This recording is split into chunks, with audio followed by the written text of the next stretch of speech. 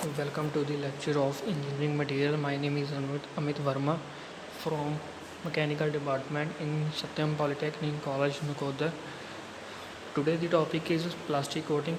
What do you mean by plastic coating? Plastic coating in India. The process of providing the layer of plastic on any metal surface is known as plastic coating.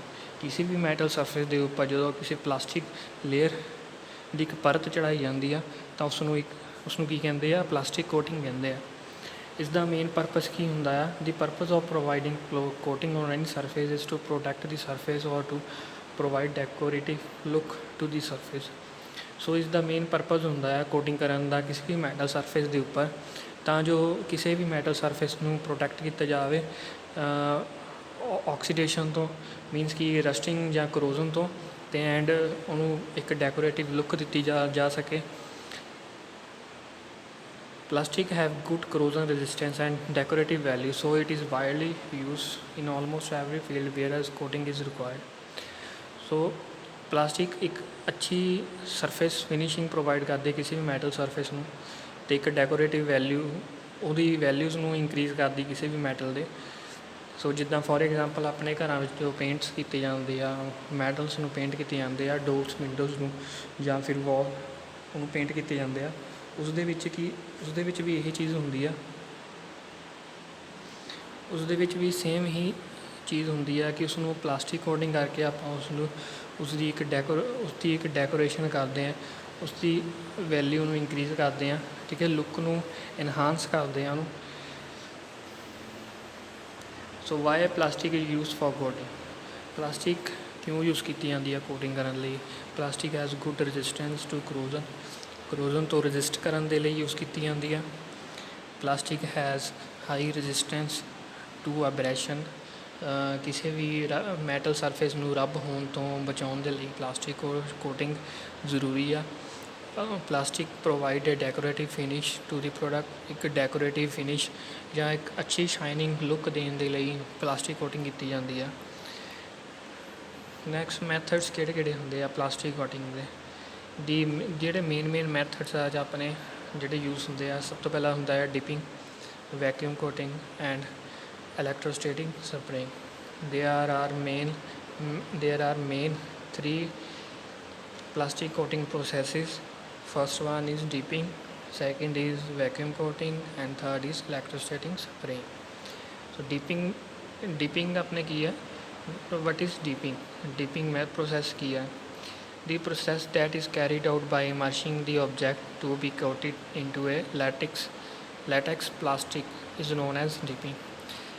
ਇਹ ਉਹ process ਆ ਜਿਸ ਦੇ ਵਿੱਚ ਕੋਈ ਵੀ object ਨੂੰ ਆਪਾਂ ਇੱਕ ਟੈਂਕ ਦੇ ਵਿੱਚ ਜਦੋਂ ਆਪਾਂ ਕਿਸੇ ਵੀ ਮੈਟਲ ਸਰਫੇਸ ਨੂੰ ਇੱਕ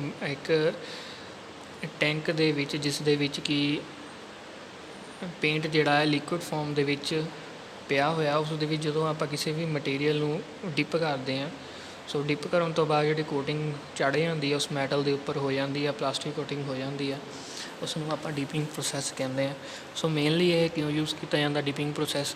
ਕਿਉਂਕਿ ਇਸ ਦੇ ਵਿੱਚ ਜੋ ਕੋਰਨਰਸ ਹੁੰਦੇ ਆ, ਜੋ ਛੋਟੀਆਂ ਬਾਰੀਕੀਆਂ ਹੁੰਦੀਆਂ ਜਿਸ ਦੇ ਵਿੱਚ ਕਿ ਪੇਂਟ ਨਹੀਂ ਕੀਤਾ ਜਾ ਸਕਦਾ, ਇਸ ਦੇ ਡਿਪਿੰਗ ਪ੍ਰੋਸੈਸ ਦੇ ਵਿੱਚ ਉਹ ਸਾਰੀ ਦੀ ਸਾਰੀ ਚੀਜ਼ ਕਵਰ ਹੋ ਜਾਂਦੀ ਹੈ metal surface the. For example ਜੇਕਰ ਆਪਾਂ ਕਾਰ ਬੋਡੀ ਦੀ ਗੱਲ ਕਰੀਏ, ਕਾਰ ਬੋਡੀ ਨੂੰ ਦੇ ਵਿੱਚ ਜੋ ਇੱਕ ਬਹੁਤ ਹੀ ਕੰਪਲੀਕੇਟਡ ਪਾਰਟਸ ਹੁੰਦੇ ਆ ਜਿਸ ਦੇ ਵਿੱਚ ਆਪਾਂ ਪੇਂਟ ਈਜ਼ੀਲੀ ਨਹੀਂ ਕਰ ਸਕਦੇ, ਸੋ ਉੱਥੇ ਪੇਂਟ ਨੂੰ ਪ੍ਰੋਵਾਈਡ ਕਰਨ ਦੇ ਲਈ ਆਪਾਂ ਡਿਪਿੰਗ ਪ੍ਰੋਸੈਸ ਕਰਦੇ ਹਾਂ। ਇੱਕ ਕਾਰ ਬੋਡੀ ਨੂੰ ਇੱਕ ਵੱਡੇ ਜਿਹੇ ਟੈਂਕ ਦੇ ਅੰਦਰ, ਇੱਕ ਲਾਰਜਰ ਟੈਂਕ ਦੇ ਵਿੱਚ ਡਿਪ ਕਰ ਦਿੰਦੇ ਹਾਂ, ਜਿਸ ਦੇ ਵਿੱਚ ਕਿ ਪੇਂਟ ਪਿਆ ਹੋ ਜਾਂਦਾ ਹੈ ਲਿਕੁਇਡ ਫਾਰਮ ਦੇ ਵਿੱਚ। ਸੋ ਉਸ ਤੋਂ ਬਾਅਦ ਕੀ ਹੁੰਦਾ ਆ, ਇੱਕ ਫਿਊਜ਼ਨ ਪ੍ਰੋਸੈਸ ਦੇ ਦੁਆਰਾ ਉਸ ਕਾਰ ਬੋਡੀ ਦੇ ਉੱਪਰ ਜਿਹੜਾ ਹੈ ਪੇਂਟ ਚੜ੍ਹ ਜਾਂਦਾ ਆ, ਇੱਕ ਲੇਅਰ ਪੇਂਟ ਦੀ ਡਿਪੋਜ਼ਿਟ ਹੋ ਜਾਂਦੀ ਆ, ਜਿਸ ਨੂੰ ਆਪਾਂ ਕਹਿੰਦੇ ਹਾਂ ਡਿਪਿੰਗ ਪ੍ਰੋਸੈਸ। ਸੋ ਨੈਕਸਟ ਹੈ ਆਪਣਾ ਵੈਕਿਊਮ ਕੋਟਿੰਗ। ਵੈਕਿਊਮ ਕੋਟਿੰਗ ਦੇ ਅੰਦਰ ਕੀ ਹੁੰਦਾ ਹੈ ਕਿ ਵੈਕਿਊਮ ਕੋਟਿੰਗ ਦੇ ਵਿੱਚ ਆਪਣੇ ਕੋਲ ਇੱਕ ਵੈਕਿਊਮ ਚੈਂਬਰ ਹੁੰਦੀ ਆ ਜੋ ਕਿ ਪ੍ਰੀ ਹੀਟਡ ਹੁੰਦੀ ਆ, ਪਹਿਲਾਂ ਤੋਂ ਹੀ ਹੀਟ ਕੀਤੀ ਹੋਈ ਹੁੰਦੀ ਆ। ਉਸ ਦੇ ਅੰਦਰ ਜਦੋਂ ਆਪਾਂ ਆਬਜੈਕਟ ਨੂੰ ਰੱਖ ਕੇ ਉਸ ਵੈਕਿਊਮ ਚੈਂਬਰ ਨੂੰ ਬੰਦ ਕਰ ਦਿੰਦੇ ਹਾਂ ਅਤੇ ਉਸ ਦੇ ਵਿੱਚ ਇੱਕ ਸਪਰੇਅ ਕੀਤੀ ਜਾਂਦੀ ਆ ਪਾਊਡਰ ਫਾਰਮ ਦੇ ਵਿੱਚ। ਪਾਊਡਰ ਫਾਰਮ ਦੇ ਵਿੱਚ ਪੇਂਟ ਹੁੰਦਾ ਉਸ 'ਤੇ ਬੇਸ ਮੈਟਲ ਦੇ ਉੱਪਰ ਸਪਰੇਅ ਕੀਤੀ ਜਾਂਦੀ ਆ, ਤਾਂ ਉਹ ਇੱਕ ਕੀ ਹੋ ਜਾਂਦਾ ਆ, ਉਸ ਵੈਕਿਊਮ ਚੈਂਬਰ ਦੇ ਅੰਦਰ ਜਦੋਂ ਆਪਾਂ ਸਪਰੇਅ ਕਰਦੇ ਹਾਂ ਪਲਾਸਟਿਕ ਕੋਟਿੰਗ ਦੀ ਪਲਾਸਟਿਕ ਪਾਊਡਰ ਦੀ, ਤਾਂ ਇੱਕ ਲੇਅਰ ਡਿਪੋਜ਼ਿਟ ਹੋ ਜਾਂਦੀ ਆ, ਇੱਕ ਪੇਂਟ ਹੋਣ ਲੇਅਰ ਡਿਪੋਜ਼ਿਟ ਹੋ ਜਾਂਦੀ ਹੈ ਮੈਟਲ ਸਰਫੇਸ ਦੇ ਉੱਤੇ, ਤਾਂ ਉਸ ਨੂੰ ਕਹਿੰਦੇ ਆ ਵੈਕਿਊਮ ਕੋਟਿੰਗ। ਇਲੈਕਟ੍ਰੋਸਟੈਟਿਕ ਸਪਰੇਇੰਗ ਦੇ ਅੰਦਰ ਕੀ ਹੁੰਦਾ, ਇਸ ਦੇ ਅੰਦਰ ਇਹਦਾ ਮੇਨ ਪ੍ਰਿੰਸੀਪਲ ਜਿਹੜਾ ਇਲੈਕਟ੍ਰੋਸਟੈਟਿਕ ਦੇ ਵਿੱਚ ਹੁੰਦਾ ਹੈ ਕਿ ਇਹ ਇਲੈਕਟ੍ਰੋਸਟੈਟਿਕ ਸਪਰੇਇੰਗ ਦਾ ਜੋ ਮੇਨ ਪ੍ਰਿੰਸੀਪਲ ਆ ਉਹ ਪੂਰਾ ਦਾ ਪੂਰਾ ਕਿਹਦੇ ਉੱਤੇ ਡਿਪੈਂਡ ਆ, ਇਲੈਕਟ੍ਰੋਸਟੈਟਿਕ ਮੀਨਸ ਕਿ ਆਪਾਂ ਬੇਸ ਮੈਟਲ ਨੂੰ ਪੋਜ਼ੀਟਿਵ ਚਾਰਜ ਰੱਖਦੇ ਹਾਂ, ਅਤੇ ਇੱਕ ਜਿਸ ਦੇ ਦੁਆਰਾ ਆਪਾਂ ਸਪਰੇਅ ਕੀਤੀ ਜਾਂਦੀ ਹੈ, ਇੱਕ ਨੋਜ਼ਲ ਦੇ ਦੁਆਰਾ ਸਪਰੇਅ ਕੀਤੀ ਜਾਂਦੀ ਆ ਪਾਊਡਰ ਨੂੰ, ਜੋ ਕਿ ਇੱਕ ਪਾਊਡਰ ਫਾਰਮ ਦੇ ਵਿੱਚ ਹੁੰਦੀ ਆ ਉਸ ਦੇ ਅੰਦਰ, ਤਾਂ ਉਸ ਨੂੰ ਨੈਗੇਟਿਵ ਚਾਰਜ ਰੱਖਿਆ ਜਾਂਦਾ ਆ। So positive and negative charge are attract each other.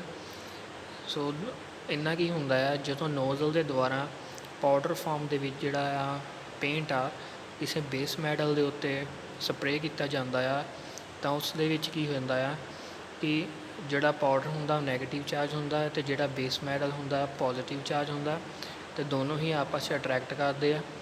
ਠੀਕ ਹੈ, ਤੋ ਇਹਦੇ ਨਾਲ ਕੀ ਹੁੰਦਾ ਆ, ਇੱਕ ਅੱਛੀ ਬੌਂਡਿੰਗ ਕ੍ਰੀਏਟ ਹੋ ਜਾਂਦੀ ਆ, ਜਿਸ ਨੂੰ ਕਹਿੰਦੇ ਆ ਪੇਂਟ ਹੋ ਜਾਂਦਾ, ਜਿਸ ਨੂੰ ਕਹਿੰਦੇ ਇਲੈਕਟ੍ਰੋਸਟੈਟਿਕ ਸਪਰੇਇੰਗ।